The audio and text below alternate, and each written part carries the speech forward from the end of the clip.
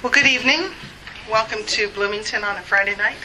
I'm guessing most of us probably don't live in this area, so many of you probably traveled afar. My name is Joanne Pittman, and I'm on the organizing committee for this conference. And in my day job, I work as the Senior Vice President for China Source, a resource ministry for those serving in China. And I have the pleasure of introducing Auntie Eunice. I've known Auntie Eunice since I was 4, so it was about 10 years ago. I'm a missionary kid born and raised in Pakistan, which is where Eunice Hill served. And Eunice served for many, many years as a dorm parent for little boys and little girls at Murray Christian School in northern Pakistan. And even though I never attended that school, and she wasn't my dorm parent, I still have always called her Auntie Eunice. So whether she likes that or not, that's what I call her. And she has been serving with Team and is still with Team, but lives in Winnipeg at this time.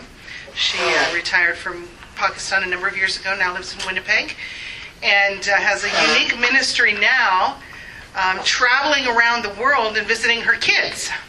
And now the grandkids, right? Everybody's going to want my job. That's right. So she travels around the world visiting the children that she ministered to and impacted back in the 60s, 70s, 80s, and 90s. 80s and 90s. And we're really blessed to have her here tonight. And she didn't come down alone. She lives in Winnipeg. But I'd like to introduce Deb. Deb Roop is from Pennsylvania, and Deb and Eunice served together at Murray Christian School for how many years, Deb?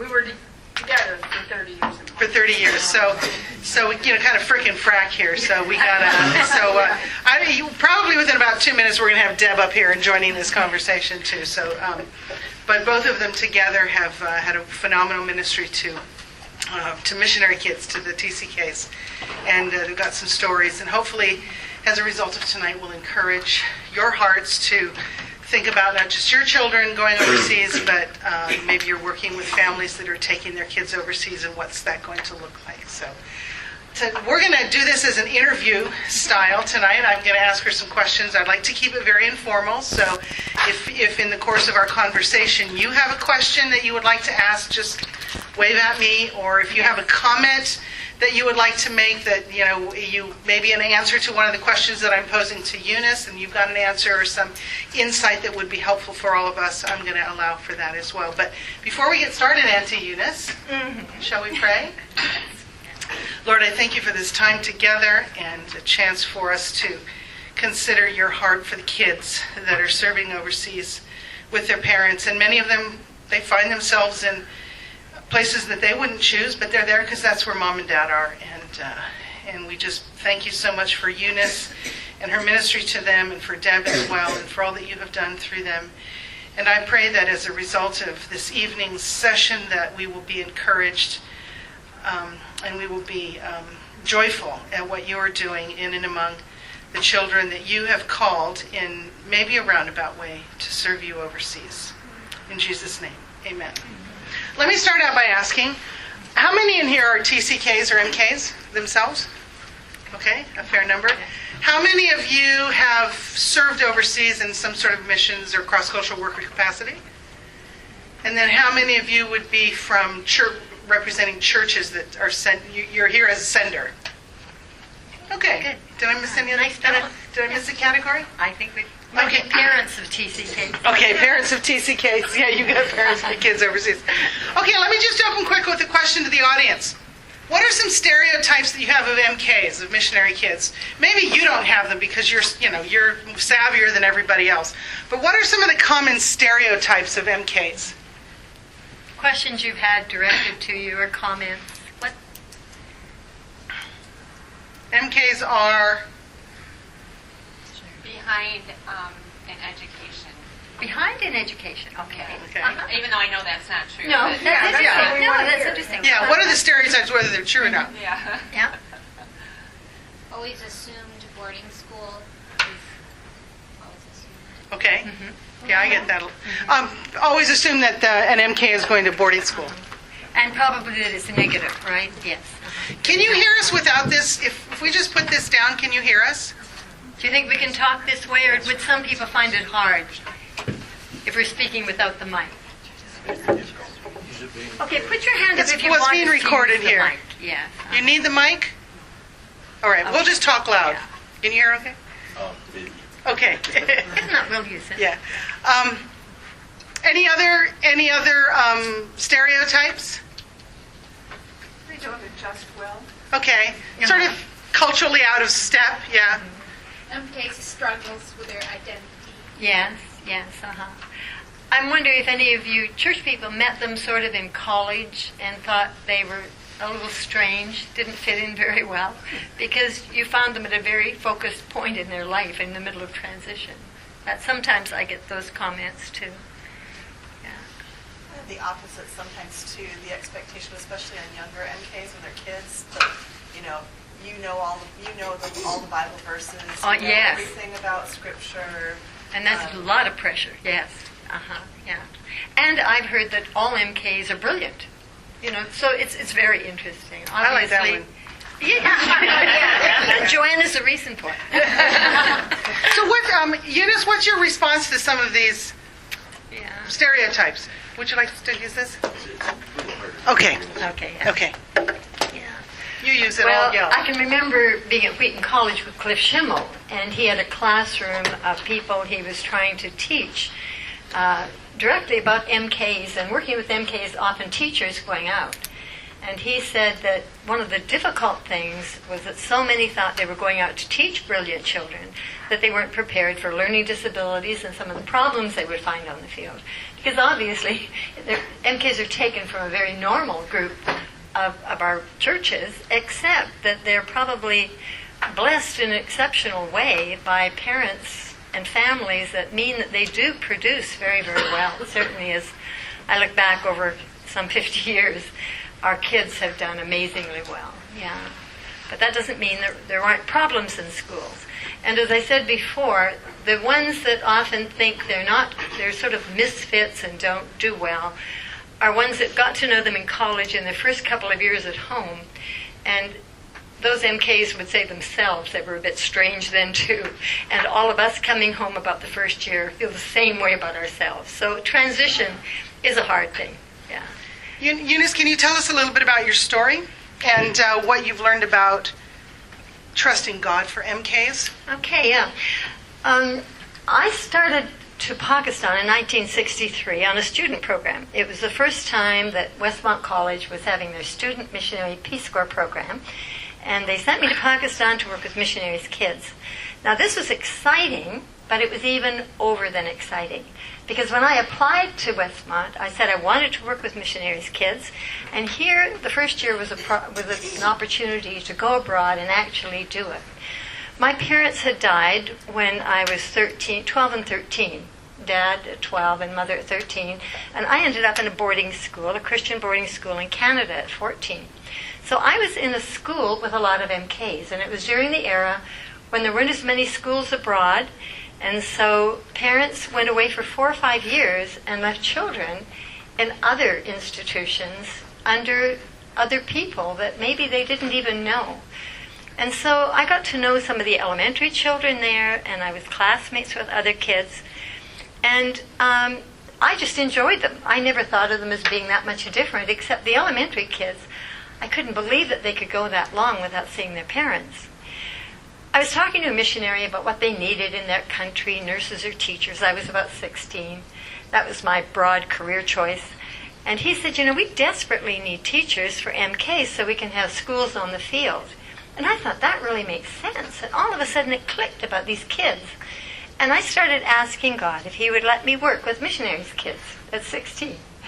And it was amazing to see the faithfulness of God. And I did a bit of education in Canada, taught for a couple of years, ended up at Westmont, and they sent me to Pakistan. I wasn't in Pakistan a few weeks when I was praying, oh Lord, I hope you'll let me come back. I loved it. I loved working with the kids. I loved my job. Now, when I read back in my journal, it said, cried and went to bed. Cried. It's funny because I remember this as such a great year. But I was teaching as well as house parenting, and I was usually exhausted, and they were homesick at night. And usually after they were homesick, I cried and went to bed. But I couldn't believe that at the end of it, the whole year, my whole memory was that it was wonderful. I graduated from Westmont, went back with team, and then after my first furlough, I was visiting Westmont, and I saw one of our girls. I knew one of our girls was there, so I was watching for her in chapel. And I thought, I'll just go down and sit down beside Joy. And I sat down beside her, and I said, hi, Joy. I knew to surprise her, but she burst into tears, and she said, she's from Pakistan. She's from Pakistan. And she wasn't one that I'd had as a little girl. She was one of the high school girls, and I knew her. But it was an over-the-top reaction. And we had a few days there, and she said, oh, to talk to someone who understands me. And I thought, I don't understand her, but she gave me credit for understanding far more than I knew, because I knew her background. I knew Pakistan. She didn't have to explain herself. And that's when I started realizing how much it would mean to these kids if I could visit. And so every furlough, I tried to make sure I got a trip around to find our kids in college. And fortunately, I had a church that supported me so that I could do that. I was single. I didn't have to put kids in school. And then after a few years, Debbie Roop came, and she really loved doing this too. And I had gone on the train in the winters. We had 3-month vacations, and Debbie got a Suzuki truck. And we ended up going into these little villages in Pakistan, and we had some wonderful adventures finding these kids in their homes. And I realized it made such a tremendous difference to that child the next term if I knew their family and I understood, even knew their dog, understood what the parents did. When we prayed for them, we knew what was happening. And so after about 30-some years of that, we really had some lovely experiences with these kids. And then, of course, by that time, we were getting the next generation. By the time I finished my last year, I had 5 of my grandchildren in kindergarten just in that one class. So there's been some tremendously rewarding times. But also these furlough trips ended up going through Finland and the Scandinavian countries, Australia, New Zealand. Our kids were around the world. So we ended up visiting our kids around the world. Then they ended up in missions around the world, and we ended up visiting missions or NGOs. And so God has blessed us immeasurably. But I want to share a little bit tonight about some of the things that God has shown me about himself in working with missionary kids. I don't think I could have done it as long as I did if he hadn't showed me in the beginning that he could work with some pretty raw material. And one of the first furlough trips was to a girl who had had epilepsy. And in our school, she managed it well. Her father was a doctor. She was in boarding. She went on all the trips with the kids. She was a cheerleader, a very well-adjusted kid, and seizure-free pretty well. I think she'd only had 1 in all that time. But at graduation and with the stress on the way home, she had a seizure, which meant when she went to college, she wouldn't be able to drive. And the TCK program, a new one that year, refused to take her in when they heard she had a seizure. They didn't think they could accept anyone. Well, you can imagine what that does to a kid. Also, the father was just dropping her at home with an aunt and had to go back again, realizing he couldn't get his daughter into this TCK program that he thought would help her, and she went into college. By the time I met her, she had dropped out after her first year, and her aunt was having to get up in the middle of the night to drive her every night to her job, which was in a glass factory. And she was feeling so worthless. I hardly recognized the girl, from this bright, outgoing cheerleader to this little girl that just looked like there was a big hole. And I said, do you think we should ask your parents to come home? And all of you who know anything realize kids immediately say, no, no. And she had other reasons. She said, I don't want to lose my home in Pakistan. And I don't want my brothers and sisters to have to come home now.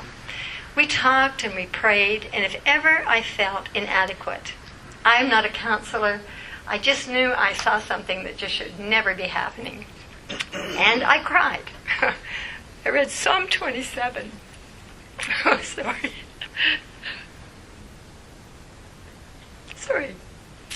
I had fainted unless I had believed to see the goodness of God. And 4 years later, I visited the family. They were all home. And they were all talking about the goodness of God. And that's something God did. And that's something God did for me, too.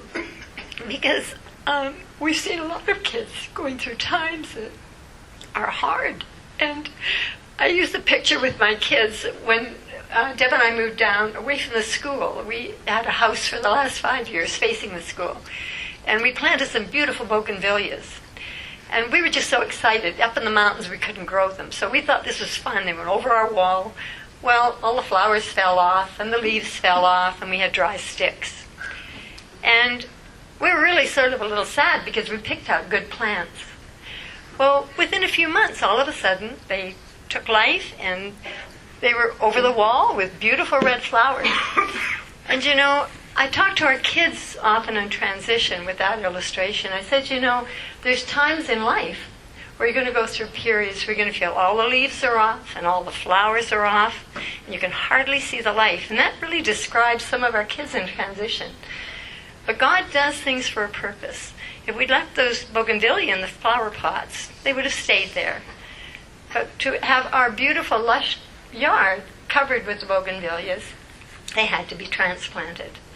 And God is with these kids in transition. But there are times where these kids get stuck in transition. And for those of you who work in churches, don't give up on them.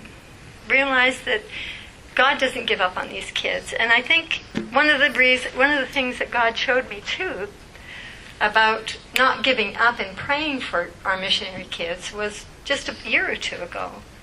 One of our early kids came back to work on the staff.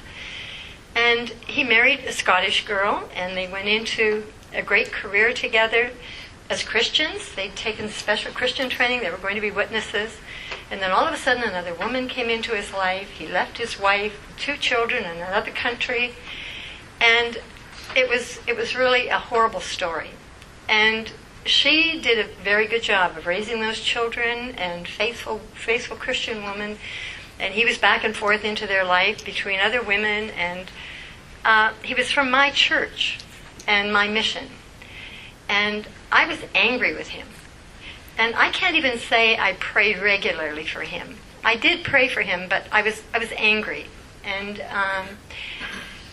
just about 2 or 3 years ago, I heard that he was dying of cancer. And I heard that his wife was coming over from Scotland to nurse him. I could hardly believe it. So I phoned her to tell her how amazing I thought she was doing that. And he answered the phone. And I didn't phone him. I phoned her. But in chatting with him, it just came to me. I said, I hope you see your wife coming back as a tremendous example of God's love and grace, and that his arms are open. And the next day he phoned me, and then phoned me again another day. To make a long story short, he phoned and said, I've surrendered. And he ended up wanting baptism, and we saw a video of his baptism tape with him weeping about the sadness he'd caused his family and coming back to the Lord. And I realized, to stop praying for these kids is always too soon. And God's grace, I was amazed at God's grace. I shouldn't have been. But I thought that guy was a jerk. And I thought he didn't help Christian witness. He didn't help his children. But God still loved that MK. And it wasn't just because he was an MK. But God's grace is there, and he's out searching for these ones that have gone astray, and he's got his hands on them. Okay. No, it's okay. Okay, I was just going to mention, that lesson about grace. But then in my early years, with one of my girls, I learned another lesson. And often it's when we make these silly mistakes that we learn some of our best lessons. But my little girls had gotten up one night and decided they were going to go and wake up they're 6, 7, and 8, go and wake up the boys to play in the hallway because they never got enough time to play together. So they snuck out. I didn't hear a thing. And they got into the boys' hallway and were playing games. And, of course, the boys' house parent heard them, spanked all the little boys and put them to bed and told me what she'd done and that I should do the same with my girls. Well, I wasn't really into spanking necessarily for that. They did need correction. But because the boys were spanked and my girls caused it, I did a very perfunctory spanking of each one of them and sent them off. Well, I didn't realize one little girl just would not take a hug goodnight after that. And I thought, well, she's mad at me. Okay, I was young, and I let it go. And it wasn't until a year or so later, her mom said, you know, I don't know what it is about my daughter, but I spanked her so many times. But that spanking, if I ever mention it to her, they thought it was funny what the little girls did. She said, she just burst into tears and says, don't mention that. It took about 6 years before finally God really spoke to me about that. I was reading a book that it was different things. God made it clear that I probably should do something about that. And it just happened, our departments had moved around and she was just down the hall. So I went to her room and she wasn't there. And I just left a note on her pillow saying, come and talk to me. She came in and I was already in bed. And she sat at the end of the bed and I said, you know, I think I need to ask forgiveness. I never meant to leave you with that sense that you weren't cared for and loved. And I think that's what I did. And she burst into tears. And she said, oh, that was such a hard thing. She said, I loved you so much and I thought you never loved me after that. And so the thing about that was she had been a girl that was at that time going through some rough things. And she was kicked out of school the next day for drugs. And if I hadn't done it that night, it would have been so much more complicated to do it 2 nights later.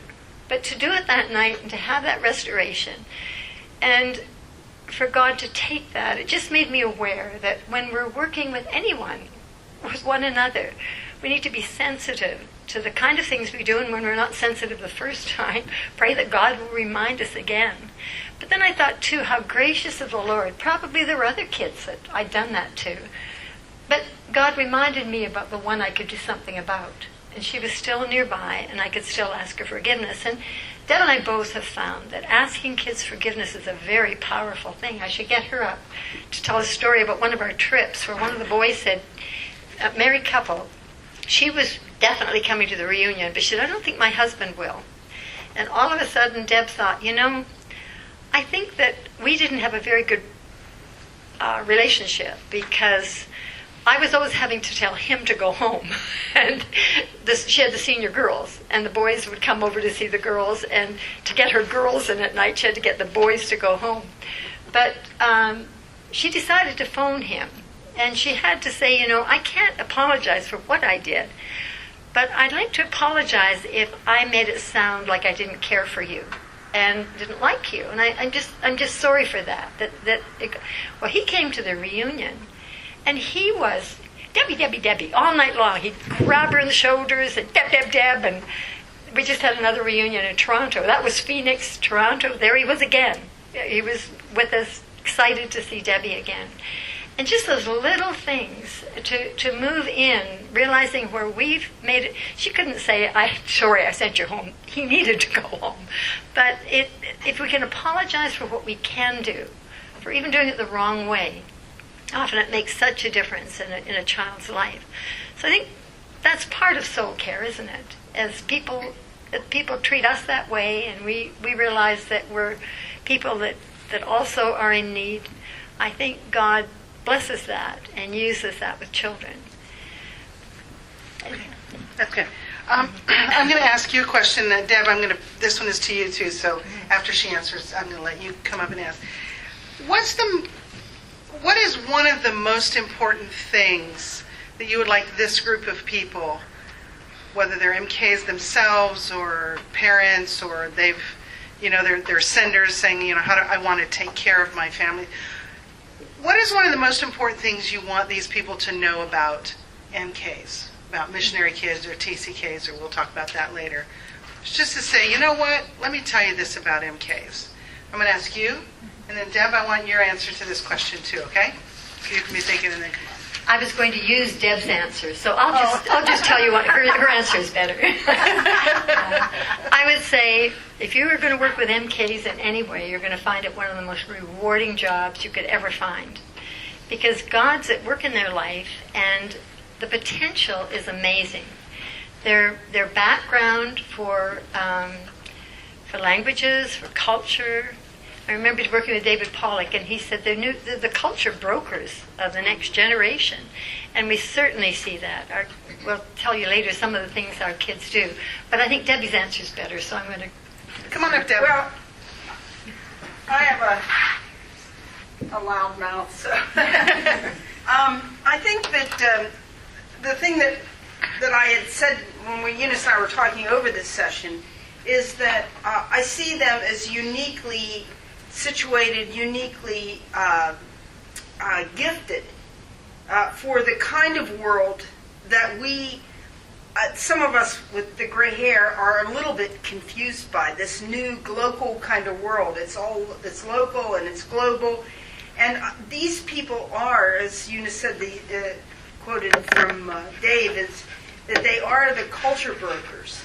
And so I see them as really uniquely gifted to minister the grace of God to the world that we live in. And so that would be, I think, my answer. But to say this, that I also think that because of their, that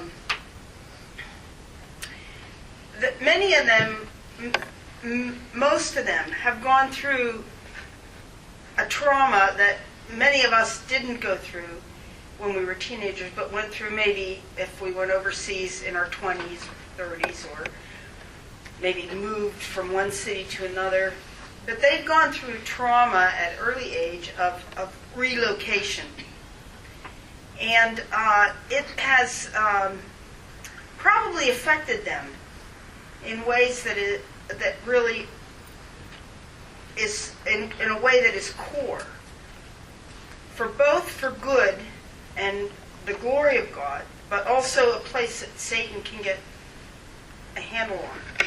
And so I think those of us who want to care for missionary kids, and there's some other caregivers back there in the back that work primarily doing that, those of us who want to reach into kids' lives need to realize that this person is a very unique person, probably has some unique pain, but also has unique potential. And to remember, too, that, I'll just say one more thing if I may, that pain is not bad.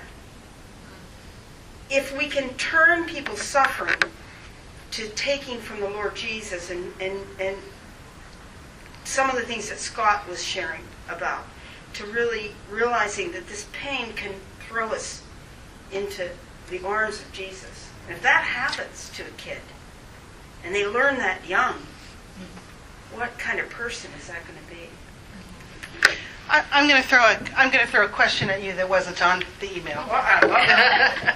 And I thought of it as you were talking about this, is that in the literature and in our conversations in churches and all of conference like this, you hear MKs, TCKs are told over and over again, you're special, you're different, you're unique, you're special, you're different, you're unique, you're especially you're different. And I'm wondering what your thoughts on that. Have we gone too far? And with MKs coming back to the States, and there's this whole body of literature now on how different and how special TCKs are. Have we gone too far so that we're setting the TCKs up when they come back, that they've been told that they're special and different, that it makes it hard? Is that making it harder to fit in? I'm just wondering if what you have thoughts on that is have we maybe flipped the other way? Comments, thoughts? I see some. Do you want to say something? Go ahead. I have a huge comment on that. Okay. Yeah, no, that's very good. That's what we want. I work with MKs. I'm an MK myself, and I've worked with them since the late 90s. I teach my kids at reentry. Your culture, you're a third culture kid. That means that you don't have the same culture as the average American who you come in contact with. Your culture is a significant thing in shaping who you are. It's a significant thing in shaping your values, the things you're interested in, obviously your experiences, it's your background. it is not the only thing about you. And I think one of the things that, that sometimes people in the States who have not lived overseas, the quote that is kind of an older quote now, that the biggest mistake in the American church is believing that MKs are American. They're not American in the sense, in the cultural sense. They may be by passport, but they're not culturally. And so recognizing, if you're on the side that says, well, they're just like everybody else, no, recognize they are not like the kids in your youth group if your kids in the youth group have not lived cross-culturally. They have a different cultural experience. But if you're on the side of saying, oh, MKs are so special and they're so different and they're so unique and they have so much potential, yes, they do, but their culture isn't the only thing about them. There are commonalities that they have with you, with other people in the church, with other people in the community, and those are places they can build to build connections, because otherwise, Ruth Van Rieken calls it terminal uniqueness. If I'm so different and so special, then how do I relate to anybody? Yeah. And so, getting that balance, I think, is really important. Yeah. Thanks for that perspective. Yes. Anyone else that ever wants to add to that? This is for information. This isn't. We're not authority. a bit of low Yes, we're going to give you Along with that. We're going to give you a paper to take home.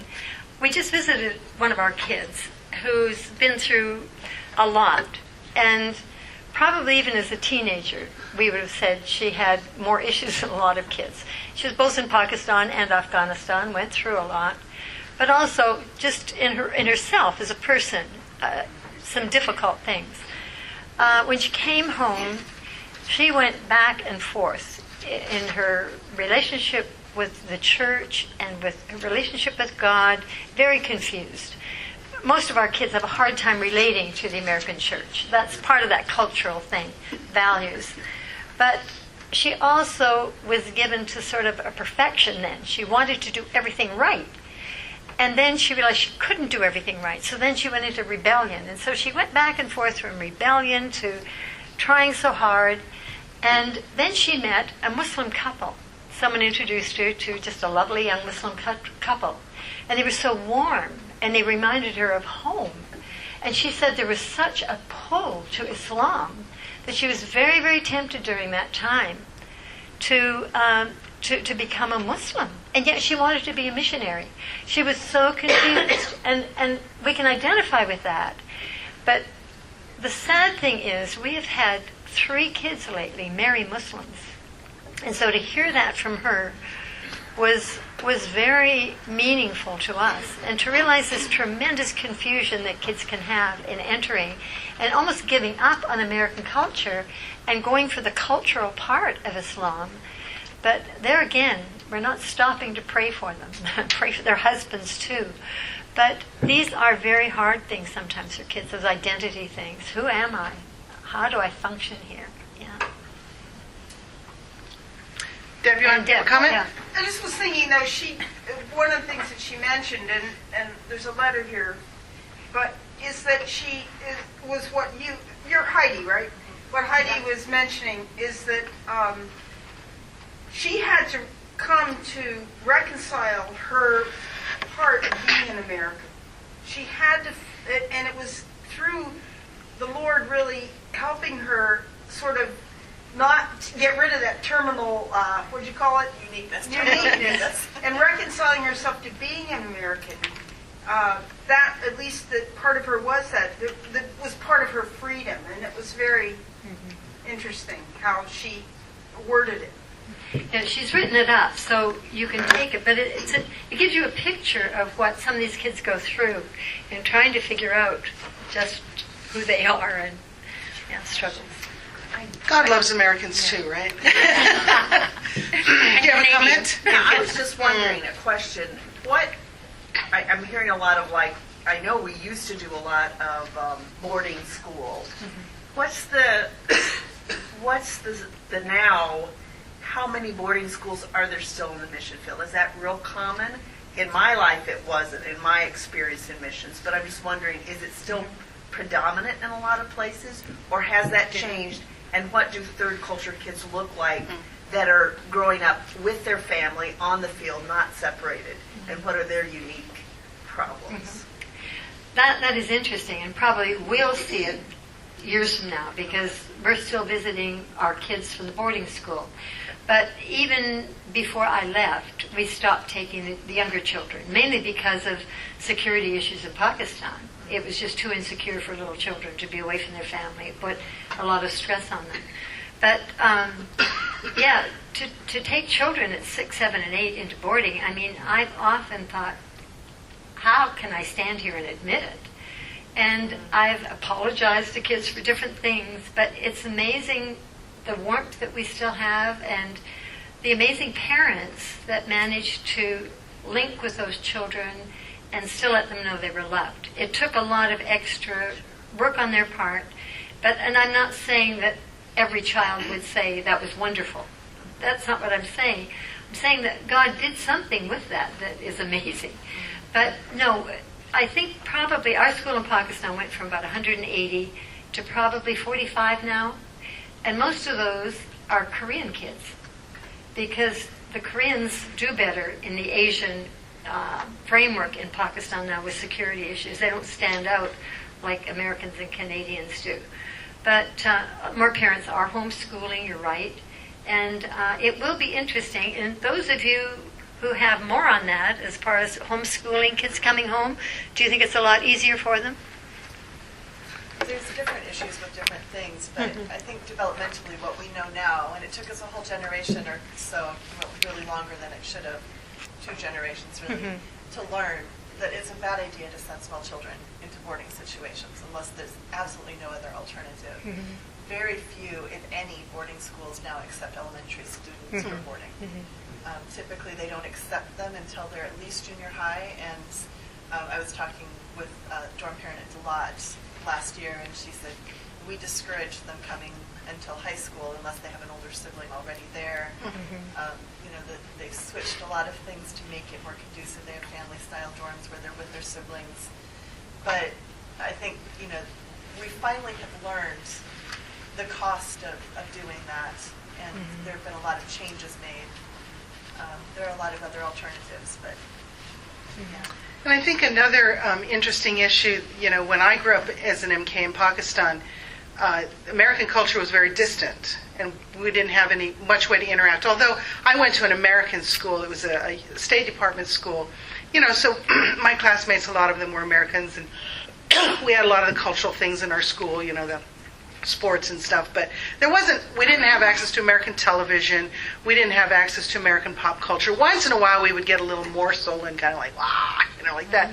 But we were isolated from American culture, and I don't think MKs today are, because of the internet and because of communications technology. And so I think in my generation, and some of you probably that, and the kids that you work with, when we came back, it was such a shock. I couldn't figure out the money, and I didn't know anything. Didn't know a movie star, didn't know a movie, nothing. And I think kids coming today are not quite so isolated from the culture as we were, certainly. And then there's and it's good and bad, because the internet is good and bad. And then there's the kids that just memorize all the answers in Trivial Pursuit because they don't know any of them, but they found that that's the one way you can play it, memorize the answers. Let me ask you this, and Deb, you can jump in if you want to. The ones who succeeded, and by succeed I mean sort of very holistically, they maybe have good, stable family life, stable emotionally, stable spiritually. Is it possible to identify factors that lead to the adult MKs or the adult TCKs? You look and say, okay, they're relatively normal. It's all relative, right? And so can you look back and say, boy, these are some factors that we could say will kind of point to success? I think you can do it generally, but probably immediately find an exception to the rule. I think basically the families where the children knew that even though they're in boarding school, if they needed their parents, the parent would come or would take them out if they asked them to. I think where they had that kind of relationship, that made a big difference. I think just knowing and how do we managed to get that child to know that they are really valuable and really very, very loved. I think the ones that could leave our boarding school knowing that, I think, but usually it was through the family. The families, and we were thrilled when we polled the kids and all of them said, our parents make the biggest difference. And that's what it should be, even in a boarding school. So we felt we weren't damaging them too much when the parents were still the most important people in their life. And by linking with the parents as much as we could, it helped. It helped our situation, certainly. But I think the more they were part of that family and part of something bigger, if they understood what their parents were doing and their parents valued their own work. I remember someone saying once, if the child hears the parent run down the nationals, that like this is just a bunch of junk here, the child thinks, and my parent is willing to separate from me for that, so I must be lower than that. So if children knew that the job that the parents were doing was very valuable, not more valuable than the children, but valuable enough to separate for the gospel, that did make a difference. Now, you'll find kids in the middle of all that went through rough times and didn't understand it. But we visit our kids, and we have an amazing number of kids that have done very, very well. And that's the grace of God. But we had parents coming up. Yeah. Way, like you were mentioning, not just done well, Yeah. Yes, successful. Yeah. What are some of your kids doing? Okay.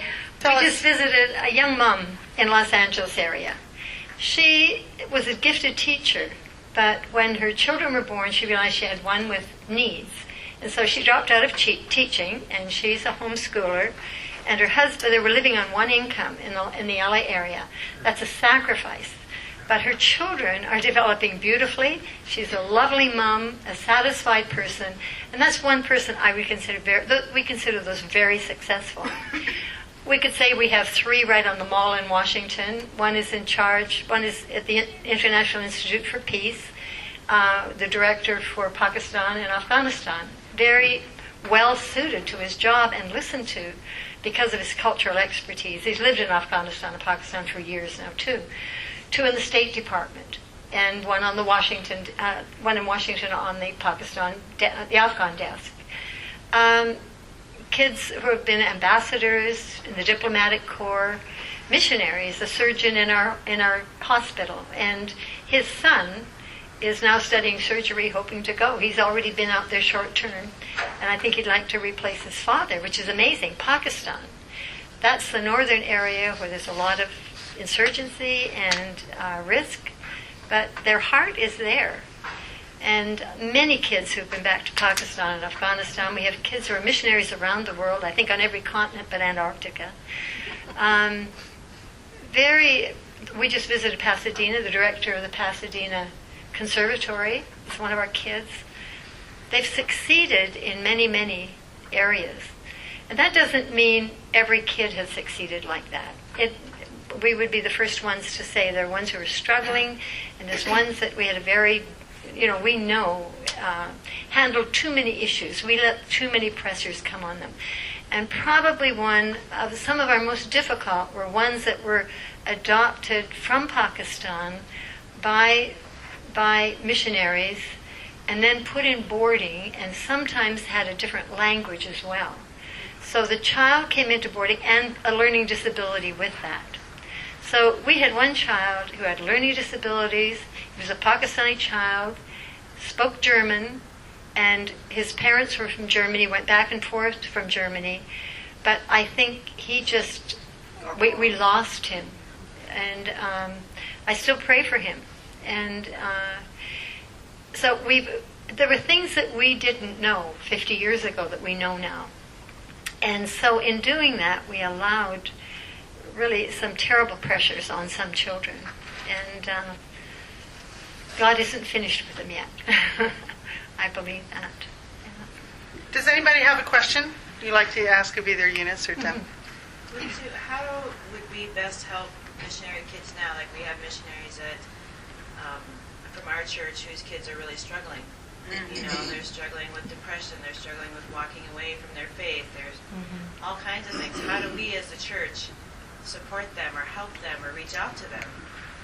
Would some of you parents like to say what you've seen for your children? Yeah.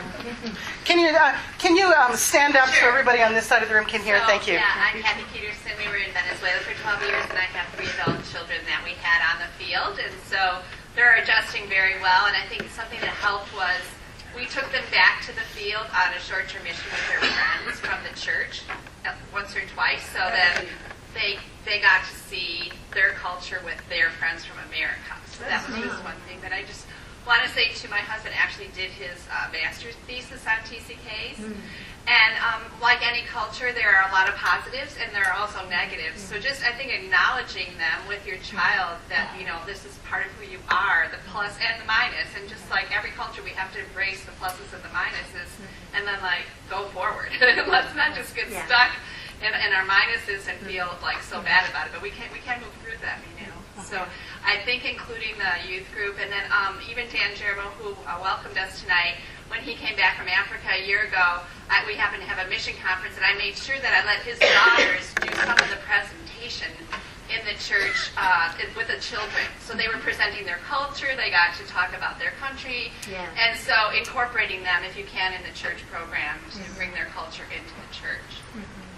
Experiences. And it's hard if you get kids who've already moved back and are feeling alienated and depressed. How do you get them out of that? And I think if they can find peers, but they don't attract peers at that stage, and that's where it's very, very hard. And pray, invite them over if you can. Find someone who can invite them. I've been asking our kids about soul care. It's been fun in our MCS blogs and things. It's been interesting to get their opinions. It's been everything.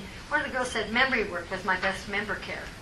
And I thought, memory work? But I looked at the girl's name and I thought, she knows what she's talking about. She's a counselor who's been through an awful lot herself. And I think the memory work she had as a child took her through a very, very dark time. And so children learning memory work, as long as it's a positive thing and not hammered into them. But that isn't what you can do in your church, I realize. I think then another girl said, we had a lady who used to look after us when our parents had to take services and do deputation. And she said, I don't think she was very good with children. I think she wasn't comfortable.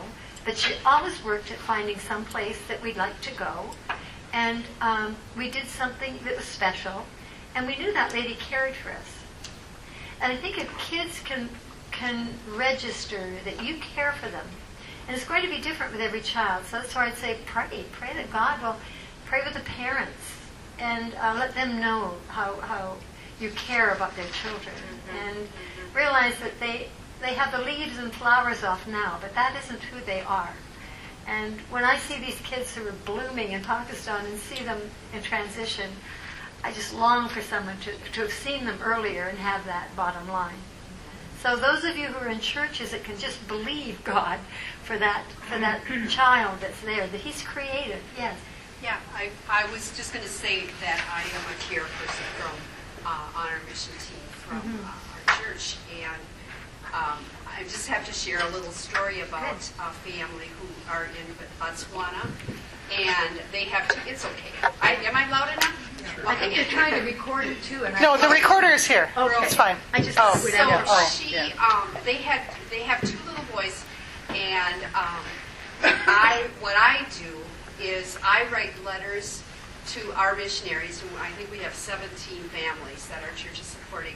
So that's one part of our mission team. So every time we get together for a monthly meeting, I have all the birthday cards and all the anniversaries and whatever, and then I take them and then I say, let's send Christmas cards, and I try to get as many comments, but it helps the congregation to become involved in knowing, the financial support is pretty easy to write on the bottom line and sign your name and not be emotionally or personally involved.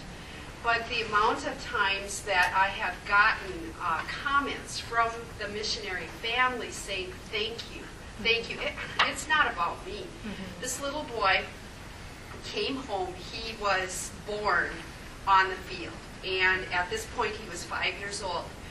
And 2 years later, when they were on leave, the mom and dad and the whole family came, And a mom said to me, she said, my son wanted to have a balloon for his birthday.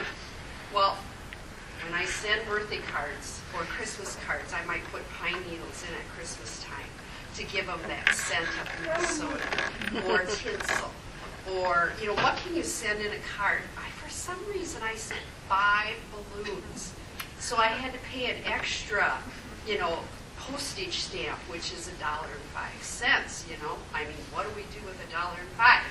And so anyway, and he honestly believed that God answered his prayer, and it is so important to think, I think of them as my children and my grandchildren. And, what do they need? And invite them over to your house when they come home. They might not have a place to go. Their family is further away at Christmas or, for their holidays and things. And these are things that are very important to a dislocated family.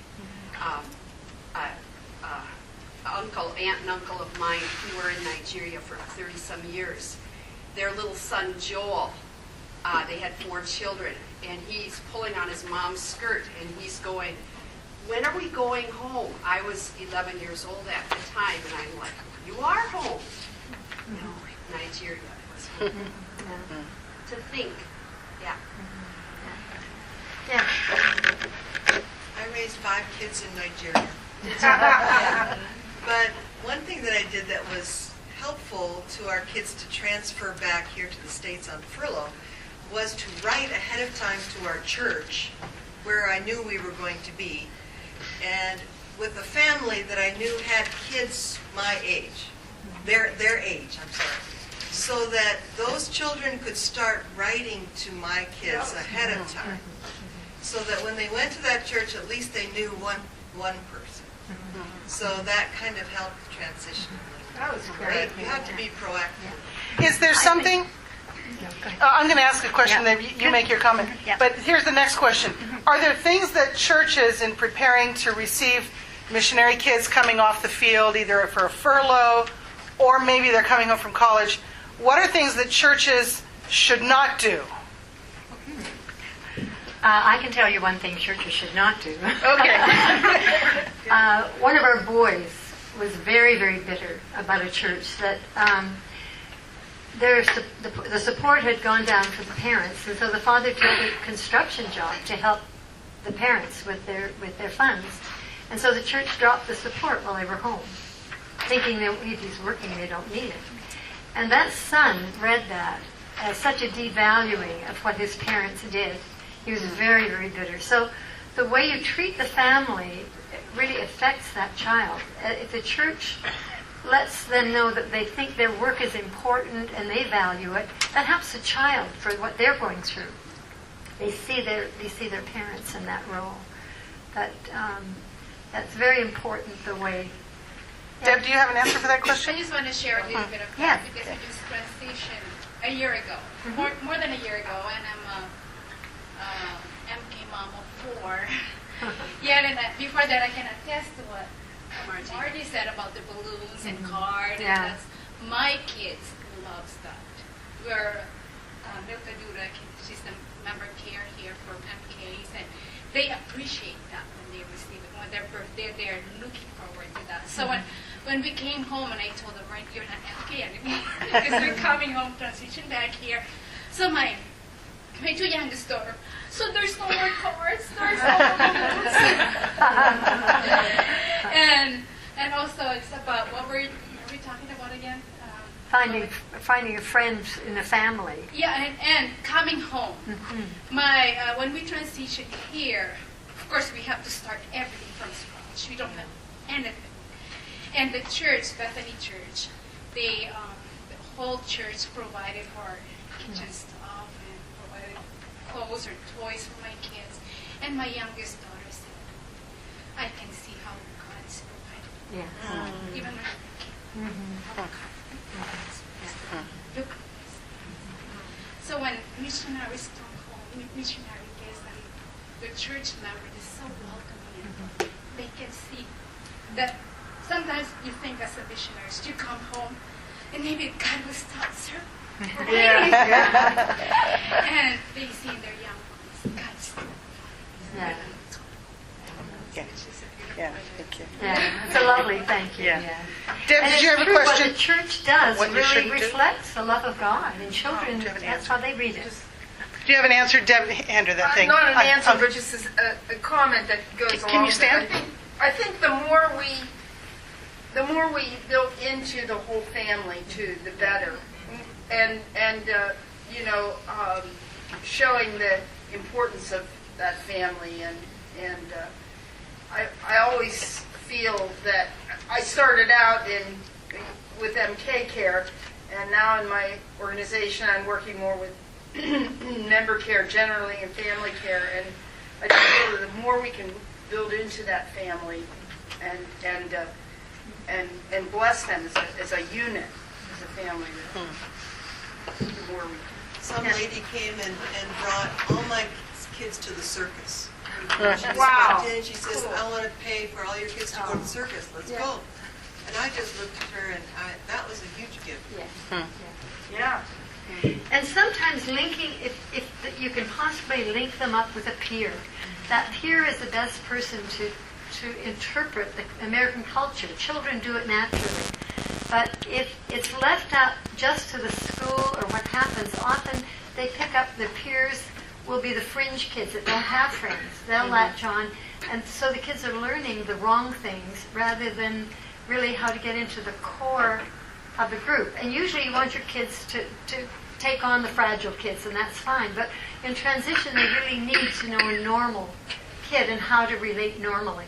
So to try to find the right peers is to pray for it. We can't. Yeah. Just kind of a major overriding theme, and this is you'll hear this in all the things that I was hearing different people say. The best way that the church can help is through the context of relationship.